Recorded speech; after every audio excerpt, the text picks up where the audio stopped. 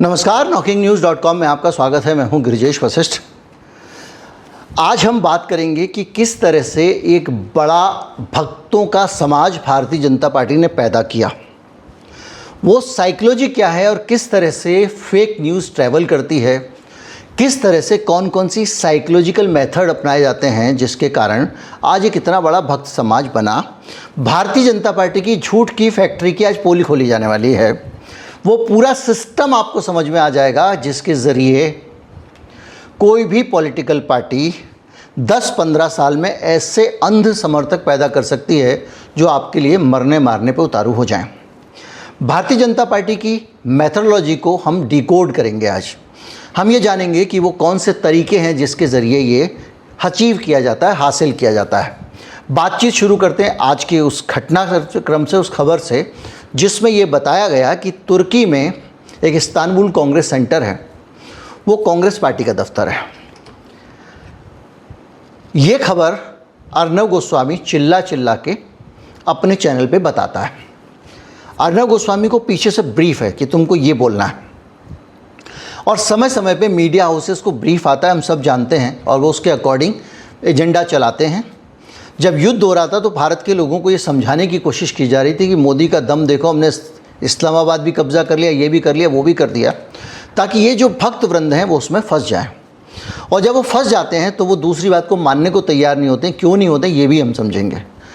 ये अर्नब गोस्वामी ने पहला आया, बाद में उन्होंने माफ़ी मांग ली, डिस्क्लेमर आया कि गलती से चल गया है। शाम तक ये है क्या इस्तांबुल कांग्रेस, क्योंकि जिनको नहीं पता वो समझेंगे यार ये सही तो डाला था, कांग्रेस का दफ्तर वहाँ क्या कर रहा है। अब काले काले सारे मेरे बाप के साले। कांग्रेस का मतलब जो है कांग्रेस पार्टी थोड़ी है, वो इस्तांबुल कांग्रेस सेंटर ठीक वैसा है जैसे यहाँ भारत मंडपम बना हुआ है, प्रगति मैदान में बनाया है मोदी जी ने। उसके अंदर क्या है कि बड़े बड़ी कॉन्फ्रेंस होती हैं, बहुत सारे लोग बैठ सकते हैं, जैसे दिल्ली में विज्ञान भवन है या दूसरे हैं। उसका नाम उन्होंने रखा है इस्तांबुल कांग्रेस। अब आप कहेंगे कांग्रेस पार्टी के नाम पर क्यों रखा। अरे भाई, कांग्रेस का मतलब जो है वो पार्टी नहीं होता है।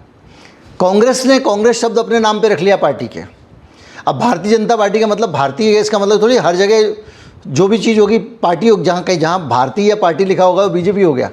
तो ये सच्चाई थी, सबको पता था। अर्नब गोस्वामी को चाहिए था ये कहने के लिए कुछ बहाना, तो अमित मालवीय ने कहा मैं लिख के ट्वीट कर देता हूँ। अमित मालवीय ने कांग्रेस के इस्तांबुल कांग्रेस सेंटर का भवन का फोटो डाला, कहीं कांग्रेस का दफ्तर है तुर्की में। अर्नब गोस्वामी कह रहे हैं सोनिया गांधी जवाब दे, ये तुर्की में आपका भवन है और आपका तुर्की से क्या रिश्ता है कांग्रेस पार्टी का, और आपकी वहाँ ब्रांच क्यों चल रही है। यानी तुर्की जो है, जो आजकल बदनाम किया गया है, तुर्की को टारगेट कर रहे हैं। क्यों कर रहे हैं? चीन को नहीं कर सकते, चीन ने बड़ा सहयोग दिया पाकिस्तान को, हम तुर्की का ज़्यादा विरोध करेंगे, उसके पीछे हमारा पॉलिटिकल मकसद हल होता है। चीन का विरोध करने से नहीं होता है। वामपंथियों को हम वैसे ही हिंदुस्तान में इतना सा कर चुके हैं, लोगों के दिमाग में, जहल में, दिल में जिंदा है, लेकिन पॉलिटिकल पार्टी के तौर पर नहीं है ना। तो टारगेट करो, और उनको टारगेट करके, मुसलमानों को टारगेट करके, तुर्की को टारगेट करके, और उसकी प्रतिक्रिया में हिंदू गुट को कंसोलिडेट करो। खैर, तो कांग्रेस का उससे मतलब जोड़ा गया। इसके साथ कांग्रेस के कई सारे फोटो निकाले गए और वो भी एक साथ, और ये बताने की कोशिश की गई कि कांग्रेस और राहुल गांधी वो कांग्रेस बीजेपी के साथ नहीं होके, देश के साथ नहीं होके, बीजेपी मतलब देश है, और वो पाकिस्तान के साथ में है, ये समझाने की कोशिश की गई। जब आप ये समझाने की कोशिश करते हो, उसमें मुनीर के साथ में आधा चेहरा लगा के राहुल गांधी वगैरह बहुत सारी चीज़ें बनाई गई। अब मोडस ऑपरेंडी देखिए कि एक जगह से कहीं से अथॉरिटी ली जाती है। अथॉरिटी मतलब अगर मैं आपको एक भेज दूंगा लिख के कि मोदी जी जो है वो उनके 3 सींग हैं, आप नहीं मानोगे, लेकिन अगर ये टाइम्स ऑफ इंडिया का खुलासा या न्यूयॉर्क टाइम्स का खुलासा आएगा तो आप मान लोगे। तो इसी तरह से वहाँ पर वो एक अथॉरिटी लेते हैं। तो अथॉरिटी कैसे लेते हैं? झूठ को फैलाने के लिए अथॉरिटी, पहले झूठ जनरेट होता है, उसके ट्वीट तैयार होता है, उसका नैरेटिव तैयार होता है। जब पूरी स्ट्रेटजी तैयार हो जाती है, उसके बाद अथॉरिटी लेने के लिए अर्नब गोस्वामी या तो काम आता है, या संबित पात्रा जैसे कुछ लीडर, अनुराग ठाकुर जैसे लीडर, निशिकांत दुबे जैसे लीडर, उनके ज़रिए एक झूठे वीडियो को या फेक वीडियो को पोस्ट कराया जाता है। क्योंकि अगर वो पोस्ट करेंगे लोग ज़्यादा यकीन करेंगे। फिर वो जब पोस्ट करते हैं तो वो भी खुल के कभी नहीं बोलेंगे कि ऐसा हुआ है, क्योंकि मानानी में फंस जाएंगे। अथॉरिटी उनकी इस्तेमाल करनी है, लेकिन वो ओन नहीं कर सकते जो इन्फॉर्मेशन डाल रहे हैं उसको। तब वो उसमें लिखेंगे क्या ये सही है?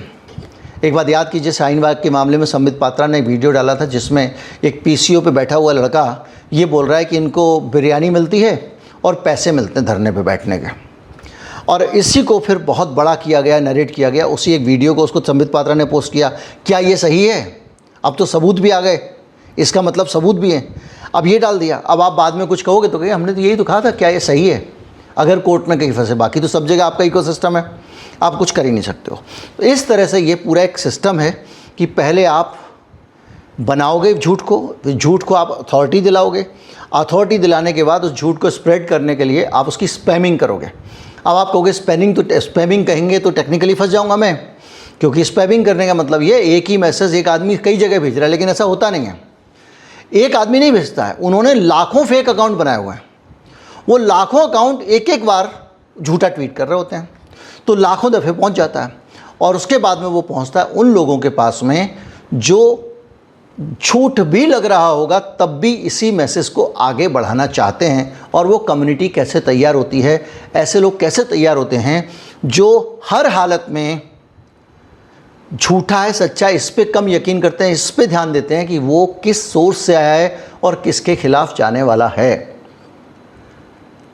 अगर राहुल गांधी की 4 बीबियां हैं, इसको स्प्रेड करके आप अगर बना के जिस दिन IT सेल दे देगी, ये लोग उसको भी बाई करेंगे, उसको भी वैसे ही स्प्रेड करेंगे। इनका अपना व्यक्तिगत अनुभव लोगों के साथ, जीवन भर का अनुभव, माता पिता की शिक्षाएं, अध्यापक स्कूल में जो पढ़ाया गया, उस सब को नकार देंगे।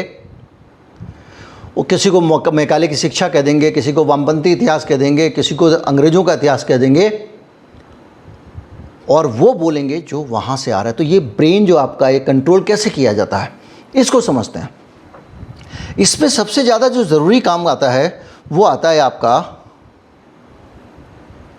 फैलेसीज, झूठ बोलने की कला, जिसको कहा जाता है लॉजिकल फैलेसीज। लॉजिकल फैलेसीज जो होती हैं वो आपको ऐसे तर्क, ऐसी झूठी बातें जो आपको आपके दिमाग में बिठा दी जाती हैं, और उनको कहने की ये कला है कि झूठ भी आपको सच लगे। उसमें से कई सारी हैं, और वो आप कैसे इस्तेमाल करते हैं इसको करें। तो एक है, शुरू करते हैं। इसमें कई कुछ गिनती की फैलेसीज आपके पास लेके आ रहा हूँ। जैसे एक स्ट्रॉमैन फैलेसी। स्ट्रॉमैन फैलेसी किसी के बयान को ऐसा ट्विस्ट देना है कि अर्थ का अनर्थ हो जाए। जैसे कि मान लीजिए कल के दिन अगर राहुल गांधी ये कहता है कि देश के राफेल को या देश के विमानों को नुकसान हुआ है, सरकार ये छिपा रही है, आपको कहा जाएगा कांग्रेस की पाकिस्तान भी यही दावा करता है कि विमानों को गिराया गया है, और राहुल गांधी इसका समर्थन कर रहा है। इसका मतलब राहुल गांधी पाकिस्तान के से मिला हुआ है और राहुल गांधी पाकिस्तान के समर्थन में है। दोनों का पर्सपेक्टिव अलग है। हमारा राहुल गांधी कहना चाहता है कि भाई ये बताओ कि देश का नुकसान हुआ तो छिपा क्यों रहे हो, आप हकीकत देश को बताइए। और उनका राहुल गांधी पाकिस्तान को सपोर्ट कर रहा है। इस तरह से जो स्ट्रॉमैन फैलेसी है, इसमें आप सच को बदल देते हो। जैसे कि मोदी जी अचानक 25 दिसंबर को वहाँ पहुँच गए, अटल जी के बर्थडे के दिन नवाज़ शरीफ के घर पे।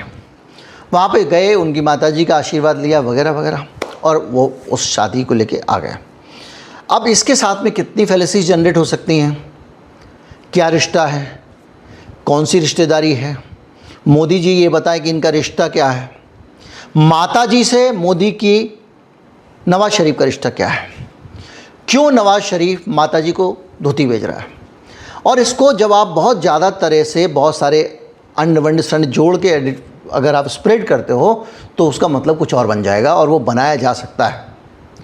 बहुत सारी बातें मोदी जी, उनके पिताजी, माताजी के बारे में इसी तरह की लोग फैलाते रहते हैं।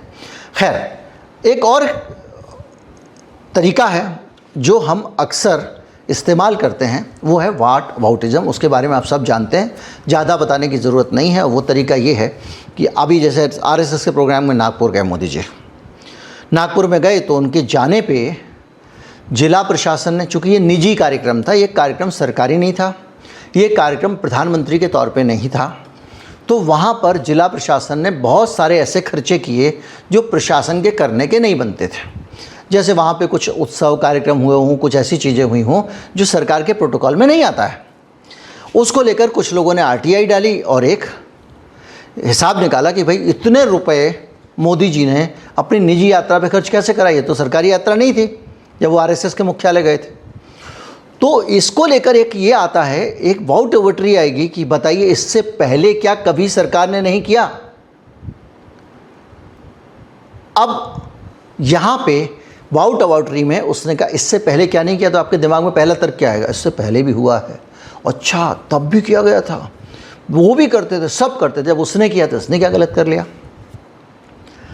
अब ये कहीं डाटा नहीं आएगा कब किया भैया, कब किया, उदाहरण लाओ। इसका तो उदाहरण है, इसने इतने करोड़ रुपए खर्च करा दिए, जो जनता के टैक्स के पैसे थे, जो उस शहर के लोगों के काम आने वाले थे, वो पैसे नगर निगम ने कैसे खर्च कर दिए।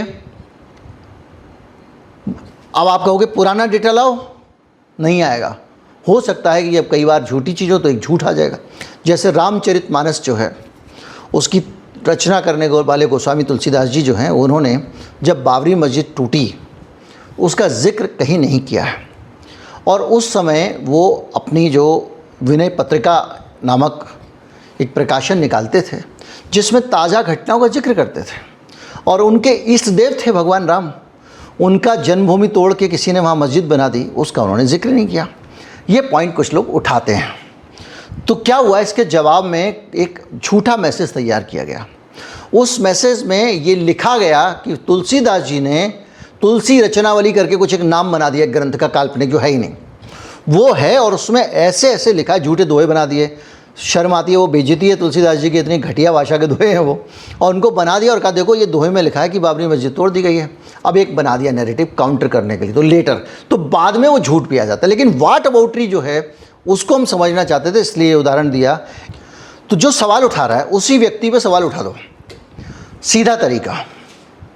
बोले ये चैनल तो वामपंथी है, ये मोदी विरोधी हैं, ये देश विरोधी है, राष्ट्रद्रोही हैं, ऐसे कह के उसको खारिज कर देना। ये एक तरीका है, साइकोलॉजिकल तरीका, ताकि झूठ जो है उसको नकारने वाले आदमी की बात सही है गलत है उस पर आप जाओ ही नहीं, आप यहीं उलझे रह जाओ कि वो आदमी कैसा है। इसी तरह से एक फॉल्स इक्विवेलेंस का भी फार्मूला होता है। ये भी एक साइकोलॉजिकल फैलेसी है जो चौथी मैं आपको बता रहा हूँ।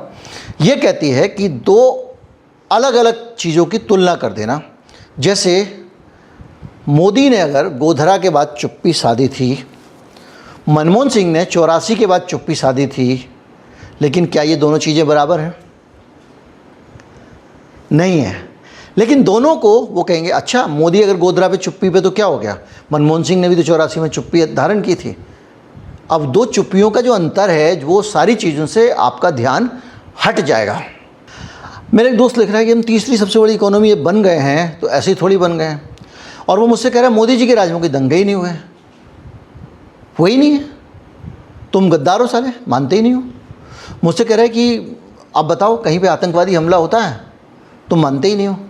अब उसके इस पूरे वातावरण में मैं जैसे ही उसको बताता हूँ नहीं यार दंगे हो रहे हैं भाई, सीलमपुर का दंगा भूल गए, फला भूल गए, आतंकवादी हमला उड़ी का भूल गए, पहलगाम भूल गए, पठानकोट भूल गए, तो वो अगले जवाब में कुछ और ला के रख देता है, फिर इस पर बात नहीं करता वो। अच्छा तो ये बताओ पाकिस्तान में हिंदुओं के साथ क्या होता है। तो इस तरह से करके वो इमोशन की अपील करता है और वो ये कहता है कि जवान सीमा पे मर रहे हैं, ये हो रहा है, वो हो रहा है, और राहुल गांधी चुप है, वो सरकार पे हमले कर रहे हैं। पनौती बोलते हैं ना मोदी जी को, तो वो पनौती बोलते हैं, उसके पीछे भी वही कारण है। मोदी जी जाते हैं, जिसके गले मिलते हैं वो हार जाता है, तो कहते हैं इसके गले मिलने के कारण हारे। मिलने के कारण थोड़ी हारे भाई, वो हारना अलग विषय है, मिलना अलग विषय है, लेकिन भाई लोग उसको बना देते हैं। और ये जो कहलाता है ये पोस्ट हॉक फैलेसी कहलाती है, फॉल्स कॉज बताने वाली। और इसके अंदर लोगों को तरह तरह से बेवकूफ़ बनाया जाता है। अब आप इन सारी फैलेसीज़ को समझें, और अगर आप बोर हुए हैं उसके लिए माफ़ी चाहता हूँ, लेकिन ये फैलेसीज़ ही हैं, ये वो 10 तरीके हैं जिसके ज़रिए आपको अलग अलग तर्क से समझाते हैं। और आपने इस बीच में महसूस किया होगा कि जितने वायरल मैसेज आते हैं उनकी आत्मा में यही 10 लॉजिकल फेलोसीज ज़्यादातर होती हैं। इक्का दुक्का अलग है, बात अलग है। इसके कारण आपकी सोचने समझने की शक्ति कुंद कर दी जाती है, क्योंकि आप सोच समझ नहीं सकते हो। जब आपको कोई बोलेगा अच्छा सही बात है यार, ये आदमी नमस्ते की थी इसने, उसके बाद से मेरा एक्सीडेंट हो गया, अब आपने उसको उसके साथ जोड़ दिया। तो ऐसी फेलेसीज, अच्छा ये विरोध कर रहा है मोदी जी का, तो मतलब ये अगर मोदी जी अगर आप मेरे सामने पैसे लेके जा रहे हैं, उठा के किसी के छीन के जा रहे हैं, थप्पड़ मार दिया उसको, और मैं कह रहा हूँ इस आदमी ने उठाया, बोले तू तो उसके खिलाफ ही रहता है। मास्टरनी ने नकल करते पकड़ लिया, वो कह रहा है कि ये मास्टरनी तो मुझसे चिढ़ती है, माँ बाप को समझा रहा है बच्चा। ये ऐसी चीज़ें बहुत सारी जो हैं, जो आपको जिसके ज़रिए जनता के दिमाग को भरा जाता है। ये चीज़ें साइकोलॉजी की किताब में लिखी हुई हैं, लॉजिकल फेलेसी सर्च करिएगा तो ऐसी 15-20 और मिल जाएंगी। अगर आप उससे आगे आए, 2020 में जब दंगे हुए, सीए के कारण ही दंगे हुए। सीए के कारण दंगे नहीं हुए, शाहीन बाग को बंद करने के लिए दंगे हुए। कैसे दंगे हुए? वहाँ कुछ लोग, ये जो भीम आर्मी है इसके लोग वहाँ धरने पर बैठे हुए थे, चंद्रशेखर वाले। वो मुसलमान नहीं थे, बस वो कुल मिला के सीए के ख़िलाफ़ और भी जगह समर्थन में धरना देंगे तो वहाँ देने चले गए। वहाँ देने चले गए तो उनको वापस उठाया गया। उठाने के बाद में क्या हुआ, मैं उस पर जाऊँगा तो वो फिर नैरेटिव हो जाएगा, इसलिए मैं उस पर जाऊँगा नहीं। जांच चल रही है और जांच में इतना पक्का हो गया कि कपिल मिश्रा नाम का एक आदमी है बीजेपी का नेता, उसका एक वहाँ पर बड़ा रोल था, जो पहले आम आदमी पार्टी में होता था, और कोर्ट ने कहा इस पर FIR करो। ये वहाँ पर अपनी गैंग को लेके गया और कहा धरने से उठो। और जब ये वहाँ पे दादागिरी करके लौट रहे होते हैं, उस बीच में रहस्यमय तरीके से कुछ लोग इनके गैंग पे हमला कर देते हैं, और उस हमला करने के बाद उस हमले की प्रतिक्रिया का बहाना उठाकर बहुत सारी हिंसा हो जाती है, और उसमें बहुत सारा फेक न्यूज़ फैलाया गया। कपिल मिश्रा के भड़काऊ भाषण को छिपा दिया गया। ताहिर हुसैन को मास्टर पॉइंट बताने के लिए, जो पार्षद था आम आदमी पार्टी का, फेक वीडियो बनाए गए, तमाम चीज़ें बनाई गई। मुसलमानों ने जले हुए मंदिरों के पता नहीं कहाँ से फ़ोटो उठा रहा है, बोले मुसलमानों ने मंदिर जला दिए हैं। एक पूरी तरह से माहौल क्रिएट किया गया, और इससे ज़्यादा जाएंगे तो फिर लंबा हो जाएगा। एक ही टॉपिक पे हम चलते हैं, कोविड पे। 2021 में जब कोविड की महामारी आई तो तबलीगी जमात, मुसलमानों का विरोध किस तरह से मीडिया ने किया, और मीडिया की केवल अथॉरिटी थी, प्लानिंग कहाँ की थी, जो आप समझ चुके हैं। इसमें कोविड फैलाने की जिम्मेदारी मुसलमानों पर, फेक न्यूज़, कोरोना जिहाद, झूठे वीडियो, थूक रहे हैं डॉक्टर के ऊपर, सब कुछ चैनलों पे चला है। बाद में क्या हुआ, ये एक सुनियोजित इस्लामोफोबिक प्रोपेगेंडा था, जिसको सत्ताधारी पार्टी के पक्ष में लोगों को रखने के लिए फैलाया गया था। कृषि कानून जो आंदोलन था किसानों वाला, खालिस्तानी है, देशद्रोही हैं, विदेशों से फंडिंग आ रही है, टूल किट गैंग है, इनके पास में ये है वो है, तमाम सारी असली किसान नहीं हैं। ये आंदोलन आड़तियों का आंदोलन है। पुराने वीडियो के ज़रिए दंगे, हिंसा दिखाने की कोशिश की गई, और जो अंतर्राष्ट्रीय सेलिब्रिटीज़ थी, रिहाना, ग्रेटा थनवर, उनके ट्वीट को जो है ये कहा गया कि ये तो अंतर्राष्ट्रीय साजिश है, टूल किट गैंग है। और जो लोग इनका समर्थन करता था उनको आंदोलनजीवी कह के देश का प्रधानमंत्री आंदोलनजीवी बोल रहा था। बदनाम किया गया। बंगाल चुनाव में TMC को मुस्लिम परस्त और हिंसक ऐसा बना दिया गया कि ज़्यादातर लोग यही मानते हैं। इन्होंने चेक किया नहीं है। और कुल मिला के इसी तरह से मणिपुर हिंसा में देखिए कैसे फेक न्यूज़ आई। मणिपुर की क्यों हुई है हिंसा सब जानते हैं, आपने हमारे वीडियो देखे हैं। बताया गया कि वहाँ पे आदिवासी बनाम गैर आदिवासी का विवाद हो गया है, और आदिवासियों को एक तरह से, जो वहाँ के कुकी आदिवासी हैं, उनको दुश्मन घोषित कर दिया गया। इसी तरह से बहुत सारे मामले, इंडिया ब्लॉक को बदनाम किया गया इलेक्शन से पहले, बहुत सारी चीज़ें आपने देखी हैं। अब इसमें क्या होता है कि एक झूठ से आप निकलोगे, दो आपके सामने खड़े होंगे, दो से आप निकलोगे, चार खड़े होंगे, आपको सोचने का मौका ही नहीं मिलेगा। तो जो शुरू में मैंने बताया था कि ये जो पूरा भक्त समुदाय है वो इतने सारे साइकोलॉजिकल हमलों का मुकाबला कर रहा है, या तो वो बैठ के पूरे दिन अध्ययन ही करते रहे और हर चीज़ की जांच करता रहे। और फिर एक और साइकोलॉजिकल प्रॉब्लम भी हर इंसान के साथ होती है, वो होती है कि बार बार झूठ बोलोगे अगर आप, रिपीटिशन इफेक्ट होता है जो, वो इल्यूजरी ट्रुथ इफेक्ट पैदा करता है। यानी कि वो आपको जो है वो बार बार झूठ बोलोगे तो उसमें यकीन दिला देता है, उसकी आदत पड़ जाती है आपको लगता है होगा सच यार, अच्छा यानी सभी कह रहे हैं यार, अब तो जो है रिपब्लिक चैनल ने भी दिखा दिया, तो आप सच मान लेते हो। इससे क्या होता है, धीरे धीरे करके आपके दिमाग में चीज़ें बिठाई जाती हैं। नेहरू ने देश को बर्बाद कर दिया, सारी समस्याओं की जड़ नेहरू है, इसकी जड़ नेहरू है। जब कहीं कुछ निकाल के ले आएंगे, कश्मीर का ये हो गया, वो हो गया, यूएन में ये हो गया। अब आप उसकी जांच तो करोगे नहीं, कितना जांच करोगे? कौन फैक्ट चेक साइट्स पे जा रहा है? अगर 4 की कर लोगे तो 2 छूट जाएंगे, तो उसमें फंस जाओगे। मोदी जी ने देश को विश्वगुरु बना दिया। ये सब चीज़ें आपको वो सिखाते रहते हैं। इसके साथ साथ कन्फर्मेशन बायस भी एक होता है। अब क्या होता है, ये बहुत मुद्दे की बात है जो इंसान की साइकोलॉजी से जुड़ी हुई है। कोई भी बात जब आपको पता चलती है तो पहले इंप्रेशन में आप ये कहते हो ये बात तो सही है भाई, या कहते हो ये बात झूठी है। किस आधार पे कहते हो? मेरे दिमाग में जो पहले से फीड है उसी बात को मैं सही मानूंगा, दूसरी को नहीं मानूंगा। अब एक बात मेरे दिमाग में अगर फीड हो गई, मैंने उस झूठ को सच मान लिया, तो फिर कपड़े तो नेहरू के पेरिस से ही धुल के आएंगे। क्योंकि मैं बचपन से सुन चुका हूँ, आज की बात थोड़ी है यार, मैं 30 साल से सुनता आ रहा हूँ। तो इसी के साथ में मुसलमान खतरनाक है, कांग्रेस भ्रष्ट है, मोदी राष्ट्रभक्त है। ये सब चीज़ें आपके आसपास चलती रहती हैं। और जब भी ये चीज़ रिपीट होती है, कोई आपको बोलेगा मोदी राष्ट्रभक्त है, और आप पहले से इस भावना से उत्प्रोत हैं, आपके दिमाग में ये है, तो आप कहेंगे देखा मैं पहले ही कहता था, है कि नहीं है, इसमें भी लिखा हुआ है। और ये चीज़ आपकी भावना आपको एक मानसिक संतोष देती है, और ये झूठ आपको तसल्ली दिलाता है कि आपको जो पहले से पता है वो सही है। और इसी तरह से आप कन्फर्मेशन बायस के शिकार हो जाते हैं। भक्तों की ये गैंग इतनी बड़ी कैसे बनी, इसको आप इसे समझ रहे हैं। इसी तरह से आइडेंटिटी पॉलिटिक्स भी जो है आपको एक तरह से जोड़ती है। जैसे कि अब एक आदमी को वहाँ थप्पड़ पड़ा, वो मेरी जाति का है, इतने भर से मैं आंदोलित हो जाता हूँ। मैं ये नहीं देखता हूँ वो सही है गलत है।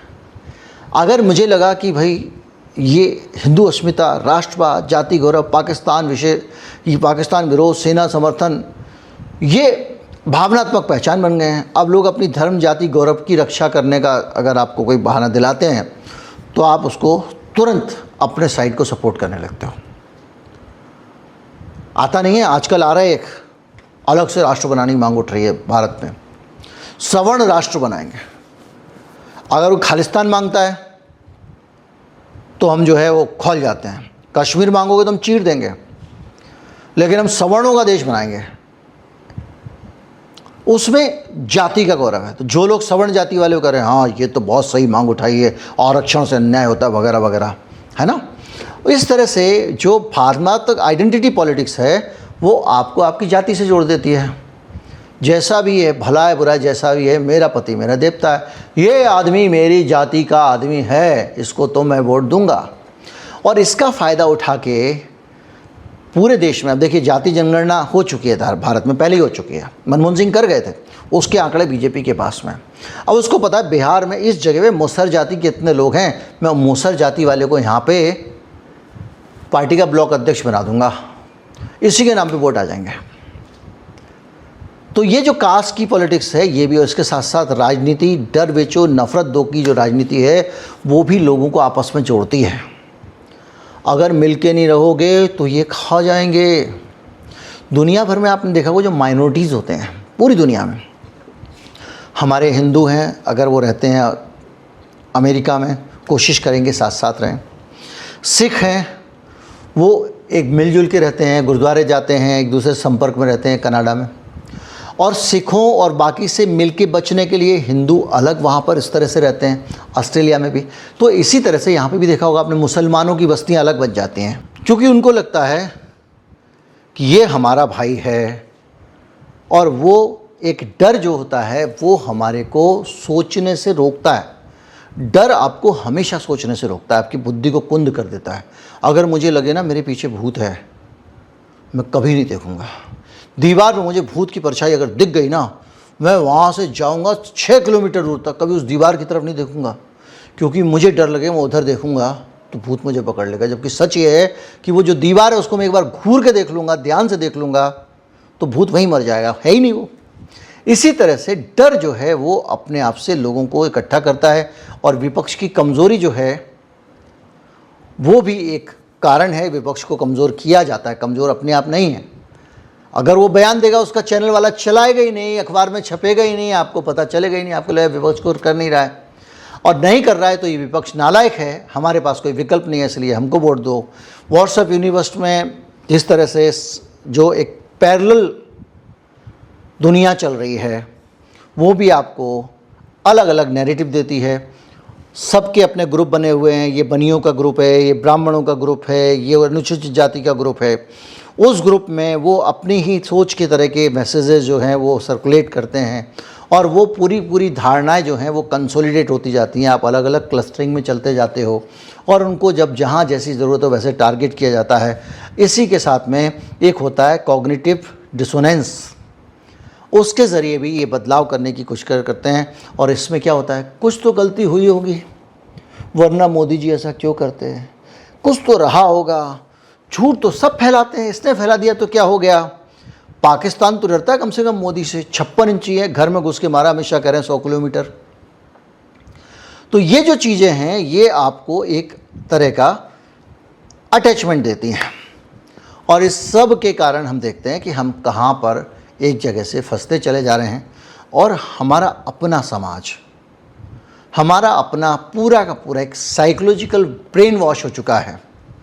जो झूठ की फैक्ट्री है, झूठ बोलो, बार बार झूठ बोलो, वो दिमागों पे कब्जा कर चुकी है और उसके पास में सिस्टमेटिक एक व्यवस्था है। वो एक भी मैसेज बनाते हैं तो देखते हैं साइकोलॉजी का कौन सा फार्मूला लगाऊं, कैसे लगाऊं, उस फार्मूले से मैं हिट करूंगा तो क्या होगा। और इस सब के पाश में अगर कुछ है तो हमारे देश का लोकतंत्र बंद क्या है। जब लोगों की सोचने समझने की क्षमता ही हरण कर ली जाएगी तो वो निष्पक्ष वोट कैसे डाल सकते हैं। नमस्कार, जय हिंद।